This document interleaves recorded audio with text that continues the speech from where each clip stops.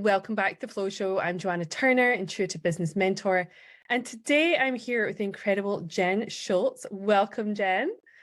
Thank you so much for having me. I'm so stoked to be here.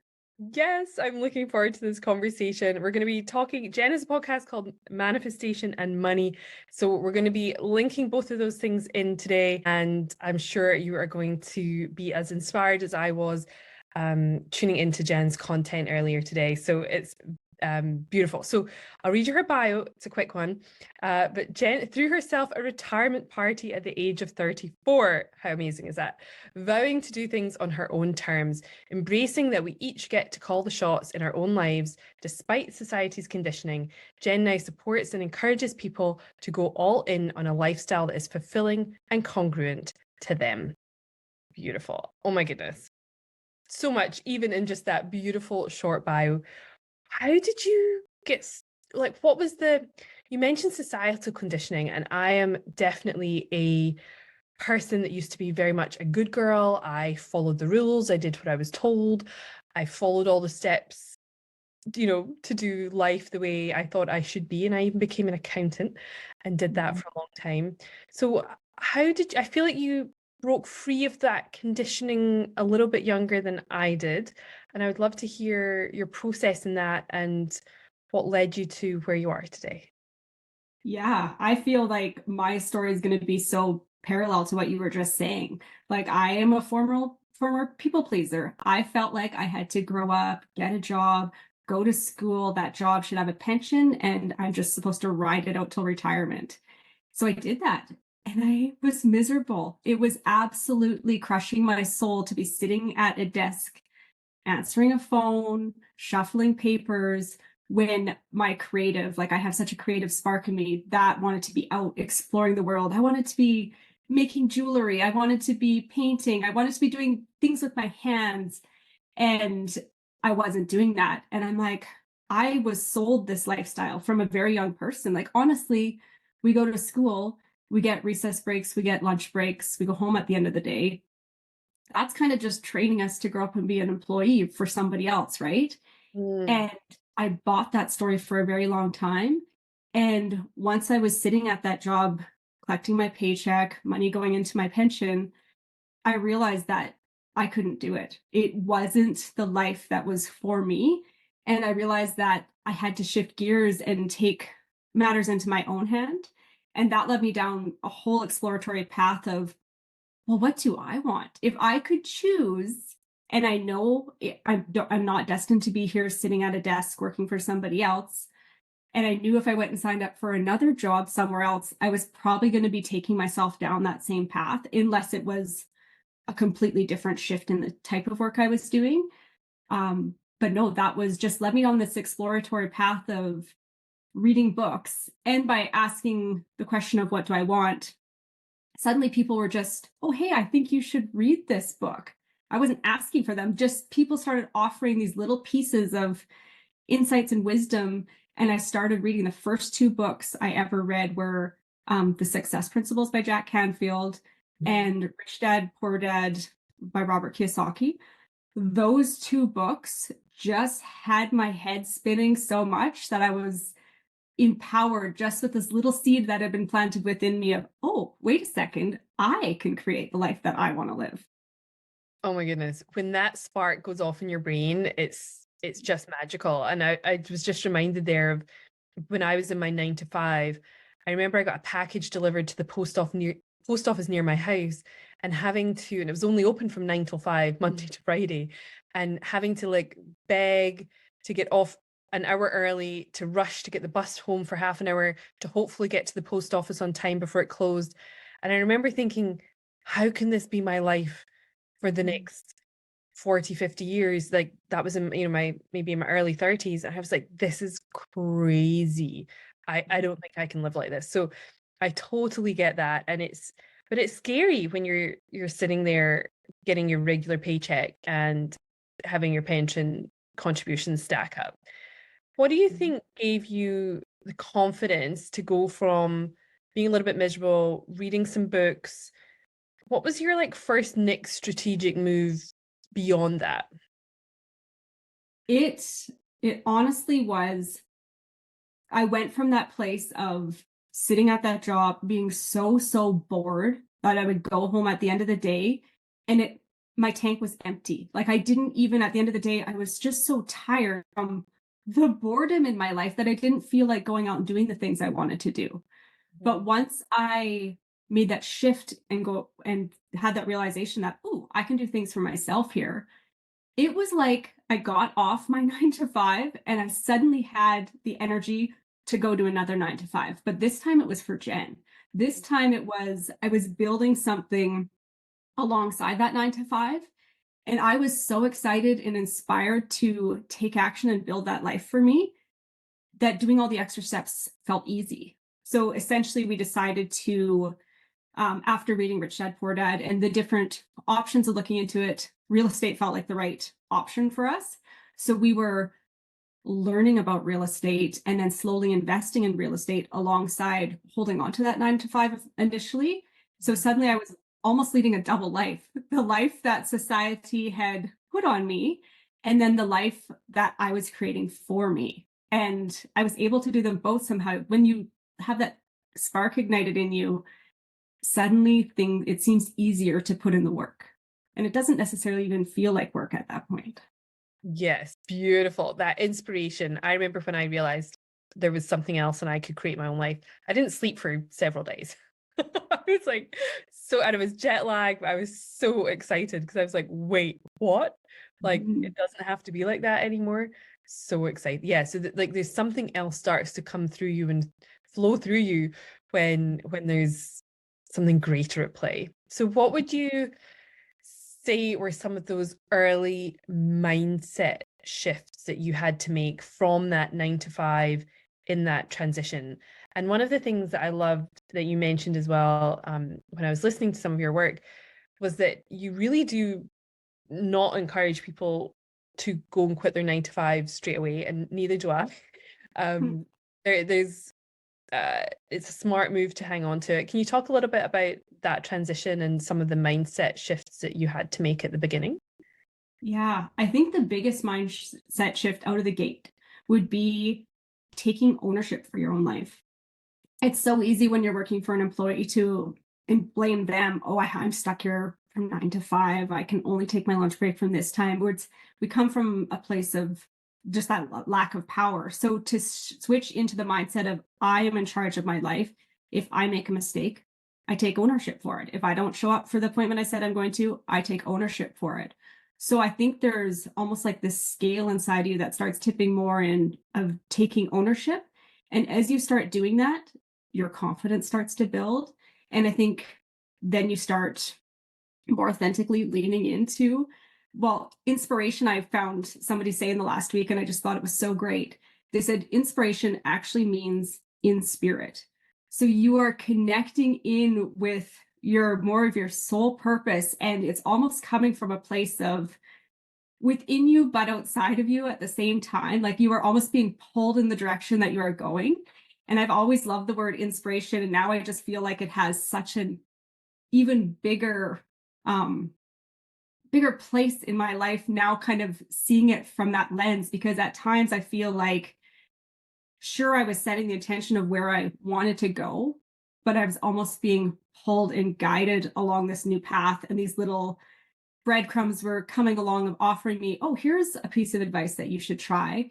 And then learning to trust, okay, yes, this is what I'm supposed to be doing, and having that bit of confidence build, it snowballs over time. Like it starts off with little bits of, yes, I can do this. I've got this. I still have my steady paycheck coming in on the side, and I'm building this other thing. And it's you almost don't see the noticeable traction at first, but then it's like the building of a snowball, and it just keeps getting bigger and bigger until you can't ignore it. And then when that snowball gets momentum, you're just along for the ride. You're like, I'm doing this thing, and then you just own it. Absolutely. Oh, I love that. And I'd never thought of that inspiration in spirit piece before. That's beautiful. I actually got goosebumps when you said that. So, ooh, thank you. Yeah. And I believe it. I think I read Elizabeth Gilbert's Big Magic, I don't know, 8 years ago or something. And that was one of the key pieces that I got from that book, was that the ideas, the inspirations are coming from sort of beyond you, outside of you, and flowing through you, which I really loved. And yeah, oh my goodness. Yeah, I might have to sit with that one. It's beautiful. Mm. Did you have any pushback from family, from friends, when you were sort of in this quite dramatic life changing path? Like, how did you navigate that?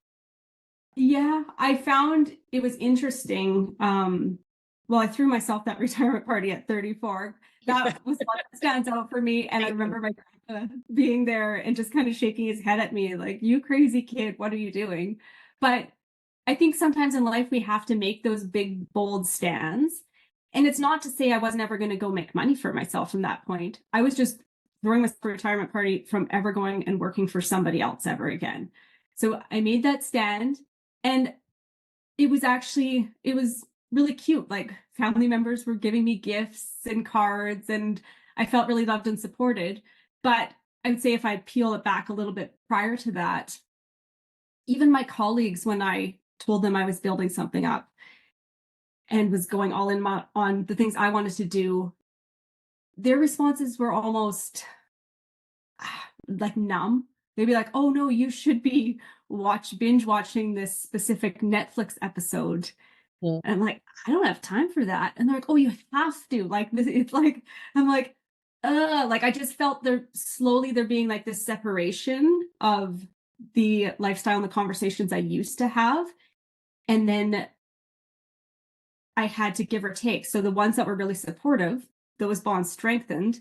And the ones that were no longer felt congruent to me, they slowly kind of started crumbling away. And newer people started coming into my life that were more supportive and gave me accountability. And it was those win-win relationships of lifting each other up, not feeling like somebody was trying to pull you back down. Hmm. Absolutely. And I find that like some of the people when I was in my transition, it just shone a light on the fact that they weren't doing it. And that sort of numb look of like, because they don't want to admit that they could too. They'd be like, the number of people that said to me, "You're so brave." And that was the resounding message, I think, from everybody I worked with was, "You're so brave." And I was like, oh, am I? But I was at that same point as you. I think that my soul was calling me so strongly that I didn't have an option by that point. I was like, I cannot stay. I can't stay. I have to go. But I just absolutely loved that you threw yourself that retirement party. I thought that was such an empowering thing to do. I mean, talk about making an absolute statement to the universe and to yourself as well. Like, I am no longer employable. Yeah. And you just said something there, which just makes me like, podcasts like this are so important to be having these conversations because who are we as human beings that we feel like we have to be brave to step in the life that feels congruent to us? Like, Mm. how weird is that we view another person brave for going for what they want? Mm. Isn't that a bizarre phenomenon in our world? Really is. And I think that's the sort of message I've had so often my whole life, like of whatever I've done or like I've moved overseas a bunch of times and changing things. They're all like, "You're so," and I'm like, it's really not that. I'm like, is it hard? A bit like what you call her, Reese Witherspoon in oh gosh, Legally Blonde. She's like, she goes to Harvard. She's like, what? Like it's hard. But when you're really, I suppose, tapped into what you're supposed to be doing, there's an element of it is easy. Like it's like, well, of course I am. Like, and for me, it would have been harder had I stayed. It would have been harder had I not left the country. It would have been harder had I not left my job because, like, exactly the same as you, like, it just felt like my soul was slowly dying. Like I just couldn't do it anymore. And I sometimes, do you ever just wonder what your life would be like if you hadn't changed? Like, do you ever contemplate that or not? I feel like at this point in my life, I would look more aged. Like, I feel like the stress would have like done a number on me where I feel like now, by taking the path I took after I retired, I had my kids later in life and stuff. So I just like flipped everything on its head. I feel like if I would have stayed at that job, it was literally sucking the life out of me. Maybe I never would have had kids. Maybe I would be sitting here I just feel like I would look a lot older if I would have signed up to say yes to that path forever. Oh, that's so interesting. Yeah. Ooh, I mean, I think look youthful probably because I haven't had children. That's the other side of things. I'm like, I've not been sleep deprived. I'm sorry. But yeah, no, that's so interesting though. Yeah, I probably would have. Do you know, I still know people, I wonder if they'll ever listen to this, probably not, but that I started my first professional job when I was 20 and they're still there. I'm now coming up 44 in October, and though they're still in the same companies, I mean, they're obviously like partners, senior managers, all that kind of good stuff, and good on them. Like, if that's for you, like they've all got good careers and doing very well for themselves. But I just sort of look at it, I'm like, I couldn't do that. Like, I would have literally somehow not be here if I had still got to do the same clients from the same desk for 24 years. I just couldn't even do it. And I think in the past, I think it was so much easier for people to do, well, not easier, but it was just more accepted. I don't know. There's just something has shifted that I think people are so much, I don't know what it is. They're just not willing to accept that anymore. and I do love that. So tell me a little bit. So you started with real estate as your escape plan. Can you tell me a little bit more about some of the other, like from there, and then some of the steps you've taken that have brought you to this beautiful place of being part of your FIRE philosophy? Can you tell us what that is, and then some of the steps you've taken to get there? Yeah. So the FIRE philosophy is that financial independence, retire early. So that's essentially what we were able to do by adding in the real estate, and we added it in where nowadays it would be called house hacking, where essentially we bought a house, it had 2 living apartments in it. We would live in one, we'd rent out the other. We lived there for a little while and then move on to the next house that was a similar setup, keeping the initial one. So we did that multiple times in a row. And actually, as I've delved into the FIRE movement over the last year, one of my guests came on and they delved the term FILE. So that was financial independence, live early. And I feel like as the years progress, I resonate with that so much more now, because retirement, lots of people, they grind it out, they get to that point with the expectation that then they can start living life, but they haven't actually sprinkled in those little bits of joy and the hobbies and stuff throughout their life, because they've been working so hard at that, through my eyes, that soul sucking job, right? That they're holding off, waiting for someday. And I used to ask like colleagues and clients and stuff that came in before I officially had quit that job. And I was like, what do you want to do when you retire? Just with curiosity. And so many of them were like, oh, I want to travel. I'm like, oh, amazing. Where do you want to travel to? And they would list off 1 or 2 trips. I was a retirement plan. I was like, ugh. So like, why not? And I like the idea of create that life that you don't want to retire from, where you're mixing that purpose of helping people. Sure, you can be collecting an income from it, but you're mixing that work and play together every day. So you're feeling like you're serving, you're feeling like you have a purpose, but you also know that you can like step back and just enjoy life at the same time. So yeah, the FIRE movement spark led me into this kind of newfound playful space of financial independence and live early, which I think is a beautiful place. Yeah, to create that life that you don't want to retire from. Because we don't know. You never know how long you've got, right? Like, and it's that, like, if you're delaying living, you just don't know. So I'm a big fan. I love your philosophy of living now, doing it now. And another thing that just crossed my mind was that the thought of, people often talk about once in a lifetime trips. I hate that. I'm like, Yeah, why does it have to be just once? Like, why would you do exactly. that?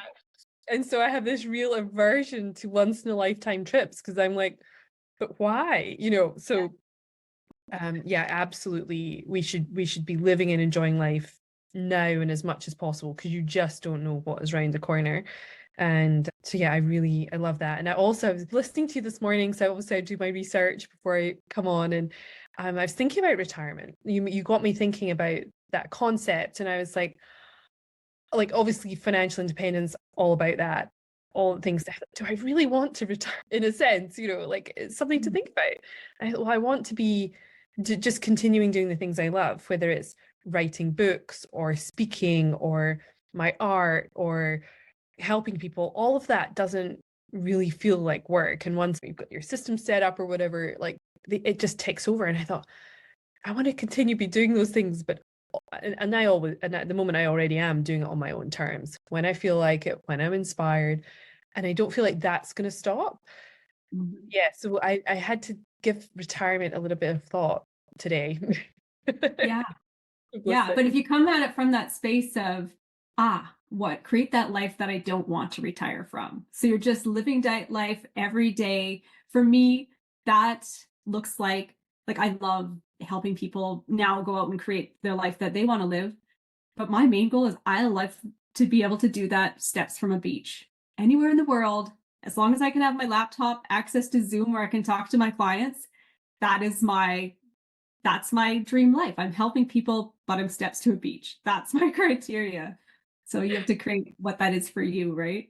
Absolutely, absolutely. Although I did try that. I did the digital nomad thing for a while. I tried to do the work from the beach, and I'm horrible at it. Like when I'm at the beach, I really just want to be at the beach. And I've had to be a little bit honest with myself and be like, okay, you can just be off sometimes, and maybe not trying to be at the beach when I'm trying to work. So I need to have a little bit more maybe structure myself, but that's just me. But let me see. So we started with the real estate, these beautiful what did you call it? House hacking, House hacking. Yeah. What were the next kind of steps in your journey that have brought you to now working with clients and teaching them how to live this beautiful lifestyle? So after I did that, I went out and did some training certification to essentially do exactly what I'm doing now, which is to help people create a life they love on their own terms. And I took the certification, I did all that, and I literally found out I was pregnant 1 month after I was going to start up my business. And I'm like, okay, well, I guess we're just going to roll with this. I never knew if I was going to have kids or not. So the universe was like, actually, here's your path right now. So I'm like, okay. So I hit pause on that because to me, I was able to do that, I guess. I had the opportunity because we'd set ourselves up with the properties that I was able to hit pause and go all in and become a mom and be there for my kids. And it actually was during COVID that my little guy was in kindergarten, and I was standing outside the school, and the conversation was such a place of lack, and people were coming from this fear-based place. And I was like, oh man, that I just felt like in my solar plex that I'm like, I have to start that business up again. I have to get out there. Like the world needs to see through a lens of possibility. We can't be living through this fear-based place. We have to see what's possible, and we have to still go for the things that we want to go for, despite what's happening in the world around us right now. If we all focus on the negative chaos that is out there, no matter where you look, there is negative chaos. If we focus on that, that's where our attention goes. That's where our energy goes. Terrible place, in my opinion, to be living life from. I'm like, we need to tip the scale back to possibility, not put blinders on. We can still donate to the causes and stuff that we feel that we can help with and empower, but we need to come from this place of possibility. So that was kind of the spark for me to get back out there, start up the podcast, and start helping people again. Just, I joke that now I go out there and I give people permission slips to go all in on the life they love, because you brought it up at the beginning when people thought you were so brave to be doing the things you want to do. We just don't give ourselves permission. Like the human race is just, we're the people pleasers. We're the rule followers. Even if the rule was my mom's rule that she learned from her mom's mom, that's just been passed down generational. We're people pleasers. We're rule followers.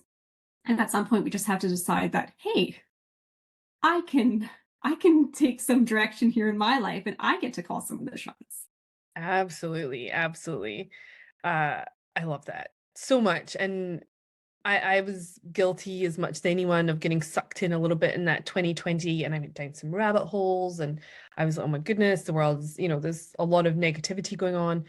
And I think it's good to know those things, like you said, like have an awareness of it. But I have gone from obsessively checking absolutely everything on Telegram channels or wherever I was getting my information. Like I didn't want to miss a single video. I got my PhD in immunology in those years. To now I can go for weeks, months, and not even look at a single thing. There's still some people send me things and I'll watch them occasionally, but I'm just like, I just don't need to get sucked into that. I know there's a lot going on in the US at the moment. I hear the stuff. I'm not, if it was a couple of years ago, I might have been more tuned in. I just need to be focused on what I can control and focus on what's possible and that kind of thing at the moment. So it's I know everyone's different. It's not good or bad. I've been there. I've been down every rabbit hole of possibility there is. But I think, at the end of the day, coming back to that place of possibility is so much more important. It's empowering, and it's what the world needs. And it's just really important. So I really appreciate you saying that. And I was going to mention you even your child is getting in on this. He was taking it apart. Tell us a little bit about that. I just find it amazing what the next generation are up to already. Yeah, he's a big thinker, and he sees my husband and I are both entrepreneurs doing things. And every January, my husband and I sit down and we love to make vision boards and goal posters. So it's got business on it, it's got life things. And my 4-year-old, she just copies whatever everybody else is doing and hacks up the same images and glues them. So her vision board is a little chaotic with some random things on it. But my 8-year-old's vision board is really good. He puts on like certain vacation places he wants to go. And yeah, the paint pouring. So he's like, I want to learn how to do this paint pouring because I do it sometimes. And he's like, well, I'm going to do that too. So he found videos of some guys making these really cool blown out paint pictures with Hot Wheels. So yeah, he now makes these little Hot Wheels paintings, and he goes to little kids markets and sells them. And so I guess our ever expanding household of entrepreneurs is just that. Oh, I just loved it. And I know my little nephew who's obsessed with Hot Wheels would be obsessed with a Hot Wheels picture on his wall with really cool colors. So I love that what you're instilling in your kids, and the fact you're even getting them involved in vision boarding, and so good, so good. So I'd love to hear your take on your obviously podcast is Manifestation on Money. What is your take on manifestation?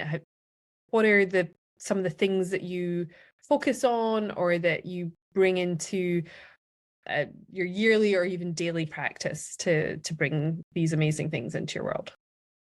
Yeah.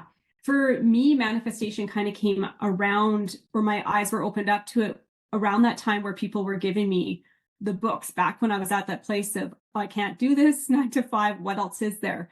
And in the Jack Canfield book, there was an exercise, and it was, what do I want to be, do, and have? So I took a little piece of paper and I wrote out everything I wanted to be, do, and have. And it's like, oh, this is really exciting, coming from a place of empowerment and thinking big. And I tucked it in that book. And there was things on there, like there was a lot of material things on there that I wanted, like a really nice coat. I wanted to go on a trip to Cancun. I wanted to get a dog. I wanted to get married and buy my first house with Chris. I knew we were engaged at the time, but I wanted like a specific outdoor wedding. And so we were packing to move a year later, and that list fell out of the book. And I realized that every single thing on that list had come true. And I was like, oh, wow. Like, what is this? What just happened? Like, this is really fascinating. And things that you talk about, synchronicities and stuff, things like my trip to Cancun, I was able to say yes to that trip because when we closed on the mortgage for our house, there was exactly enough money, pretty much to the dollar, left in the escrow account to pay for the trip to Cancun. Like, everything on that list just lined up to ways that I had to say yes, because I'm like, I asked for this thing, and it was like the universe was like, here it is. And so that kind of sparked me in this whole self journey of like, and manifestation kept coming up over time, and just the intention behind it. What do you want? If like the intention behind manifestation is so big, I think, in personal development in general, because if you get intentional about what you want, your internal compass for yourself personally is going to start working towards it. But then things in the world just start showing up that you're like, wait a second. Again, like I said, I can't say no to this because it is lining up so perfectly. And the other thing with that is just the trust and the faith that it is yours. That thing that you want, it is yours to have. And the biggest thing, and I have a question here on my office wall, because it's the question that I think allows me to really lean into a big idea of something that I want. And us human beings, we automatically, our inner voice comes in with those fear-based, oh, you can't have this thing because insert any multitude of excuses, right? So if I ask myself the question, what if success is my only option?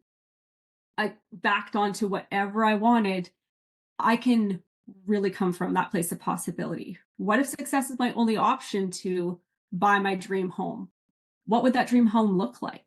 And I can really go into detail without having my excuses pop up of, ooh, you probably shouldn't ask for the marble top because that would be really expensive. If success was my only option and I could have whatever I wanted, you come from that, just that really big place. And when you come from that really big place and you know that it is yours, like I will share my Lake Story property story after this, because it was kind of one of those things where you dream big, you know it can happen, you hold the faith that it's going to be yours and set the attention, and it's like the universe just works with you. Like, yes, you are saying yes to you have to say yes to the things that show up. If you say no, you're essentially saying, no, I don't want that thing that I said that I wanted. But as long as you're saying yes to the steps that show up, my favorite two manifestation tools are vision boards or lists, just those things that really allow that intentional space of what do I want. You're getting it out of your head, you're getting it on paper. And I always joke that even before I had the podcast, I was a closet manifester. Like, I would get really intentional, make these lists, make these vision boards. The list would be either tucked in my underwear drawer or hanging somewhere in my closet, right? Because at the end of the day, they're for us. We don't have to put them on display and show people. But the thing that kind of snowballed my lake story of getting my lake house was I added in something to that where I got really clear on what I wanted, and then I scripted it out. So I wrote it out in full detail with a lot of emotion and feeling of, like, for the lake house, it was, oh, I'm going to go kayaking with Chris and the kids. We're going to have a place to store the kayaks. Like, we're going to feel the sun on us when we're out there in the kayaks. We're going to get one of those little, like, 4-person pedal boats so we can all go out in the family on like a little excursion on the lake together. And so a lot of feeling, and I scripted it out, and then I recorded it. And in the morning when I was getting ready in the bathroom, I'd play. It was only like 2 minutes. I would play this little clip of me telling myself what this big supersized goal was that I had. And the reason this goal was so big was because the year prior, we had tried to go to the bank and buy the property, not the property, a lake property, went to get pre-approved. And the banks essentially said, because you guys have so many rental properties and you're self-employed, we're actually not going to give you any more mortgages. So the banks had told us no. So that was at the end of a year. So we went home and I was like, well, bummer. Like, maybe we can revisit this in like 5 years. We'll try to pay off one of the properties. Like, we'll come back to it. And I sat in that place for a brief pocket of time. And I was like, hey, that is not me. That's not coming from the place of possibility. So wait a second. What do I want here? And I was like, I want a lake home. So that's what sparked me to, it was on my desktop computer that I just started collecting images like, oh, what would I like the view out the kitchen window of my lake home to look like? And I wanted it to be a water view, like beautiful, maybe some trees straight onto the water view. When I'm doing the dishes, I wanted it to feel good, right? I don't care if I'm doing the dishes if I can look up and see out at the lake. Really? So yeah, like all of these just little teeny tiny details. And like an A-frame would be fun because then maybe we could have a deck up top and really have a nice view. I wanted RV parking for like my parents and my sisters to be able to come out and have weekends with the cousins and all the extended family. So I was coming from that place of possibility. And then so your own internal compass is like, okay, now I got to take some steps towards this, right? The bank said no. So now what? So I went and listed it on a marketplace, just an ad saying, here's what I want. Anybody have it? And if you do, would you be willing to give like financing back to me? And I had no bites. So I was like, okay, so that didn't work, but still the ad was posted and I just kept listening to my thing every day going, this is what I want. And then it was like the floodgates opened up. I can't even, like, thinking back on it, I get goosebumps. I almost get emotional because essentially my dad sent me a listing to a property. He didn't even know I was looking for one at this point, of this little lake home. And it was on the same lake that one of my sisters actually lives at full time. I was like, I didn't even know they had little like cabin type lake homes at this place. So it was a little 2-bedroom, 1-bath kitchen. And so I messaged the lady right away. And it was in the dead of winter. So this was the end of November. I live in Canada. There's snow on the ground. This is not the time of year that you go looking for a lake property, right? This is not your picturesque beach Yeah. scene. So we line up to go. And when I was setting the intention for my lake property, I'm going back a couple years now. So say this, I think was November 2021. And that was the year the bank had said no.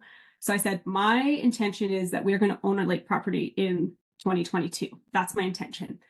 So everything started spiraling together so fast that we ended up looking at the property the next day. And the lady said, she's like, this is bonkers. Like, we had this listed in the summertime. Nobody came and looked at it. 0 people. She's like, we saw a property that we liked, so I decided to list it yesterday. She's like, I have back-to-back showings today. Like, just a steady parade of people coming down the driveway. Wow. And I walked into this place. I looked to the side. Literally, the view out the kitchen window is just water. And I was like, got goosebumps. I'm like, Me too. oh I just got up there. yeah. I'm like, how can I make this happen? Like, this is the place. And my dad had come and looked at it with me. And he's like, this is amazing. Like, this is on the same lake as my other daughter. He's like, hey, would you be down for like going in on this together? And I'm like, that's a total possibility. I'm like, in my vision that I had laid out, you are one of the people that is going to be spending time out here with us, right? Like, we wanted the RV space. Yeah. So long story short, we ended up having to say yes to going in for a cash offer, trusting that everything would line up within 24 hours because there was another offer that was coming in at the same time. It all worked out. We got keys to the property in January 7th of 2022, 7 days into the year that I said I wanted it. Wow. And they included a little paddle boat, just like on my list of, like, every box was checked. It was like mind blowing, all from like a bank saying no to keys in our hands 7 days into the year we wanted it. Wow. Oh my gosh, I love that. And I got chills when you were talking as well. And I was like, how amazing. And I think there's a few pieces in there that I want to unpack. And I think some people would have stopped when the bank said no. Of course. And I'm thinking, but you see these guys on Instagram or whatever, and they're like, I have 967 properties. And the other guy's like, I have 2000 and whatever.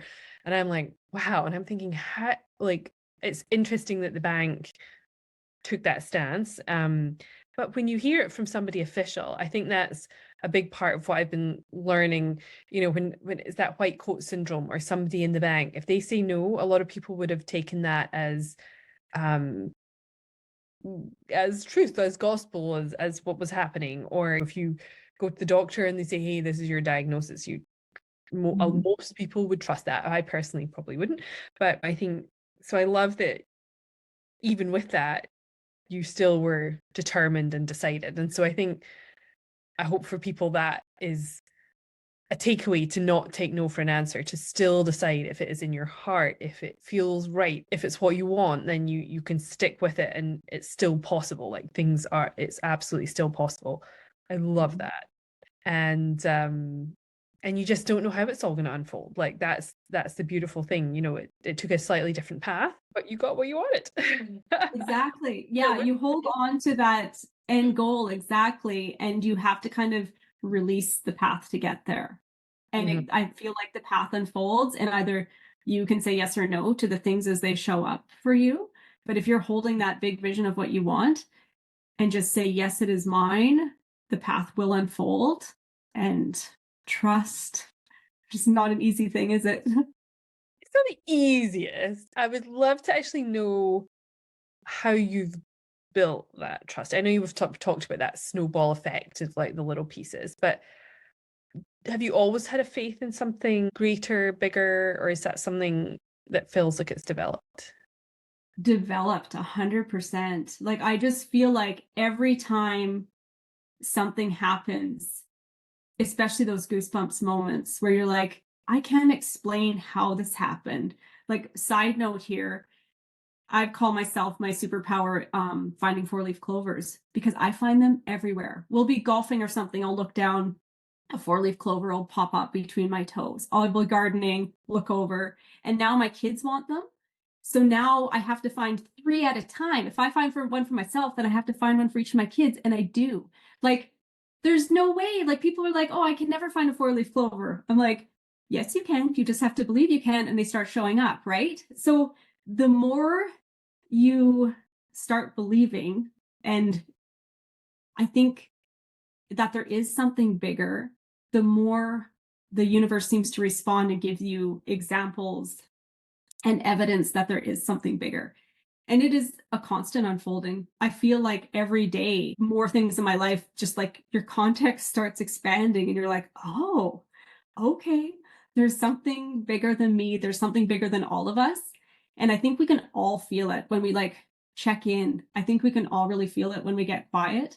Um, and I think, I don't know, to allow ourselves to come from that place of expansion and that possibility, the place that we should all come from. I think so much of the crap in the world would be eliminated if we could just all check in and realize we all don't want the same things, but the essence of it is all the same. We all want to feel loved. We all want to feel joy. We all want to feel like that connection and community. We represent it in different ways. But yeah, I feel like the bigger picture of whatever you want to reference it as is something. Mm, beautiful. Yeah.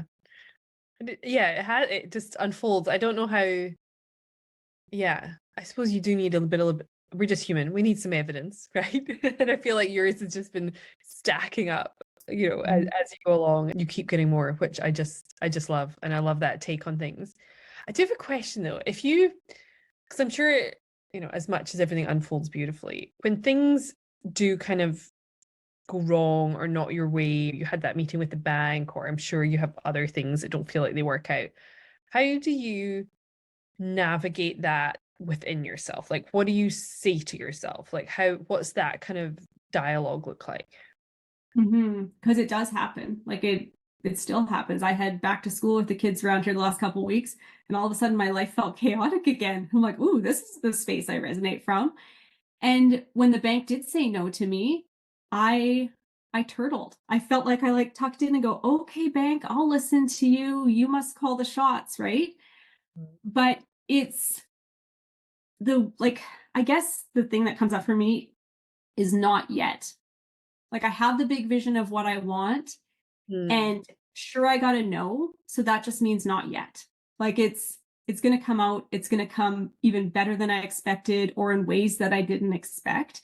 So I can't really hold on to the no, which human beings, we do. Like I still do that until I have those reality checks and go, wait a second. And then I think it's just us personally raising our own vibration back up to that level. For me, I have a random list. I've got two things. I got an alert that pops up on my phone at the beginning of every month that says, what do I have in my calendar that lights me up?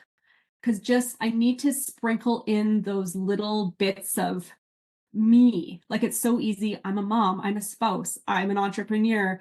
It's so easy to just be doing all the things all the time. But what are those little things that bring me joy? And what are those little sparks that make me happy? And then I have a separate list for those times when I notice, because you kind of got to check in with yourself and go, okay, how am I feeling? I'm feeling off. Why? And then I have what I call my vitamins list. And it's literally like little things like sit outside and have a cup of coffee, have a shower using, I have grapefruit body scrub that I really like little things that I know are just teeny tiny micro pick-me-ups that just to intentionally let myself know that I care about me and just to get myself back into a space that feels more congruent to who I want to be. Nice. Yeah, that's beautiful. Yeah, because and I think it's just that even that you have that reminder once a month to just check in and remember what it's all about, who you are, what's possible, because we do get off track. It's just totally normal. And, overwhelm happens. It's just a thing. Seasons happen, back to school happens for everybody. So, yeah, such a good reminder. So, do you think there's like a shift or a change in the online space or what's happening? How do you view the future of the online world or what's coming in the next few years? Have you got a take on that? I Big don't question. know. That's a big question. Like I feel now, this is just me, and I don't know how the rest of the world. I feel like, so I have my podcast, the Manifestation and Money podcast. Mhm. It is so easy for me to go on there and talk about money and making money. So I feel like the podcast is 95% money, 5% manifestation. Mm. That's what I feel right now. And Mm. I also feel like this dial inside of me is like turning up. And I feel like over time here, that's going to tip to 95% manifestation and 5% money. I just feel, because I feel like there's this energetic shift happening right now of people are tired of following the rules. And I'm not saying speed and get a speeding ticket. I'm talking about the rules that we're putting on ourselves, those boxes that we're putting ourselves in just because we assume we have to be in them. I feel like people are waking up and saying, let me out of this box. I want to call the shots. What am I here to do? What's my purpose? Where am I going? Like, what are we all doing here together? Clearly, there's stuff happening right now that is not good, that people don't want. So how do we come together and kind of have this collective space of, I don't know, of coming alive together, of like that unity of love and joy and coming from that place of expansion? And I feel like that's going to show up online. I feel like any of us who feel kind of quiet right now, raising my hand to that, are going to slowly start tipping the dial and being like, here's what I do in my life that really works. You can do it too. 100% you can do it too. Find your community of people that are doing it too, band together, get your little accountability buddies, and just start rocking it out there. Absolutely. Yeah. Oh, I like that. I like the idea of the dial for sure. Like I'm probably quite over in the woo side already. But it is ramping up and things are changing, and yeah, I do believe it's about coming together, um and I think people are going to have less, we've experienced it ourselves, we're going to have less and less tolerance for those rules and doing it the old way for sure. So yeah, very exciting times. What would you actually, just before I ask you that, How do you help people now? What's the sort of work beyond the podcast? What do you do to help? Like, how do you help people? Yeah, we do. My husband and I, we do little mastermind groups for people who are trying to go in all on that life that they really want to live. Most of the people in the group are parents. Most of them have that entrepreneurial seed. So they're trying to blend that all together. So they're like in the society of go to school and get a job, there's this group of people that are like, but that's not me trying to do this thing and raise a family. And we just help them get clear about what they really want to do. And at the end of the day, I feel like we're just giving them permission to go after that life that they truly want. Mm-hmm. Oh my gosh, permission is so massive. Absolutely massive. I remember a friend, just a little anecdote, but when I was thinking of quitting my job and starting my own business, and I'd already invested in some courses and things, and I can't remember what the money was for, but my friend said to me, well, don't you have any savings like that you could invest for this whatever next course I wanted? And I said, well, yeah, but and she said, well, what's it for? And I said, well, it's for a rainy day. And she just looked at me and went, you don't think this is a rainy day? Your horrendous career that you hate. She's like, you don't think this might be a rainy day? And I was like, oh my goodness. And that was the permission I needed to allow myself to spend some of my own savings and my own money on getting started in my business. And that was just this little flip of a switch, but it was permission granted, and Oh, it really, really helped. But yeah, it's because in our own minds we can have these limiters, but we don't even realize they're there. Like in my head, that just wasn't an option. It just was, I wasn't allowed. And for some reason it just wasn't an option. So yeah, I think that permission slip, wherever it needs to come from, we don't need to give it to anybody. Right. But no, I know. No, right now, if you are listening to this podcast, you are allowed to go out there and start creating that life you love. You are allowed, and you will find your people. They will come out of the woodwork and be like, hey, new friend, I want to do this too. Let's do it together. absolutely. Yes, I love it. I'm so excited. And I'd love to hear from anyone that is inspired and excited and going to do something amazing from listening to this. But just before we wrap up, what is one piece of advice that you would maybe leave the listeners with? They're maybe looking to make a change. What would the first step, looking back with all the knowledge you have now, where would you start? I would start back at that point where I started with that one question and that one list of what do I want? And then even deeper on that, the what do I want to be, do, and have. Allow yourself to like really truly, and those things that you feel too scared to put on the list, those are the things that you need to be putting on the list. Yes, absolutely. Absolutely. So get your lists out. We are recording this on the eve of, or for you, it will be a massive eclipse, the beginning of eclipse season. I don't know how astrologically minded you are, but it is a very potent time to do that. I'll try and get this out as soon as I can, for people to just have this conversation in mind.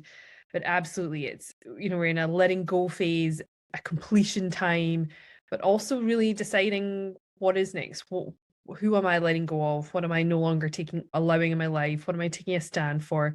It is a really good time to be doing that. And you have full permission to dream absolutely massive and just put everything on the list. I love it. Beautiful. So I will have all of your details, of course, Jen, in the show notes. But where do you hang out most online? Where's the best place? Of course, your podcast. But where should people find you online? Yeah, on Instagram, I'm literally on there as the podcast name. So Manifestation and Money Podcast on Instagram is usually the place that you can find me the easiest, or on my website at fourleaflifestyle.com. Beautiful. And I'll have obviously that linked below. Just one last little question. We know the books you started with. Since then, obviously it's been a while. What have been your maybe top 2 books that you've read that you've absolutely loved that have maybe sparked something or changed something in your life? Oh, the one that stands out in the last year is the 4 Agreements. And now I can't remember the author's name right now, but that. Miguel Ruiz. Yes, thank you. that just like learning to let go of what other people are thinking of you and learning to speak words that are impeccable, the lessons in that story, I feel like talking about it now, I need to read it again because every time I just get like a stronger reframe of, yes, if you can like talk about like leading a congruent lifestyle, that one, and then Atomic Habits, just those little micro shifts that we can be making daily to like that 1 degree shift every day at the end of the year is astronomical. So just those little micro shifts that you can be making. Beautiful. I've definitely read the Four Agreements. I feel like I bought Atomic Habits and haven't read it. So I have them all on Audible also. I will check that out and recheck in with myself and have another listen to the Four Agreements. Because it was so, I remember at the timing, there's a part of it that's like, oh, that's a little hard. Like it was a little bit like, ooh, okay. Kind of uncomfortable, right? Like it So almost like uncomfortable. uncomfortable. Yeah. Um, but yeah, I met his son once somewhere. I can't remember where now. Maybe it was at A Fest or something. He was so lovely. I feel like he wrote a book as well. Did I read that too? I don't know. I'll have a look in the show notes and I might go and reread some of these because I feel like when something comes up or it's been mentioned, because I just saw some books on your bookshelf, that's why I asked you. Ah. But yeah, I was like, oh, you definitely have some good recommendations for us. I love that. Thank you so much, Jen. It's been an absolute pleasure to speak to you. And I'm feeling excited and inspired, so I'm sure the listeners are as well. I just really appreciate you taking the time to come and speak to us today. Yeah. Thank you so much for having me on the show. Thanks.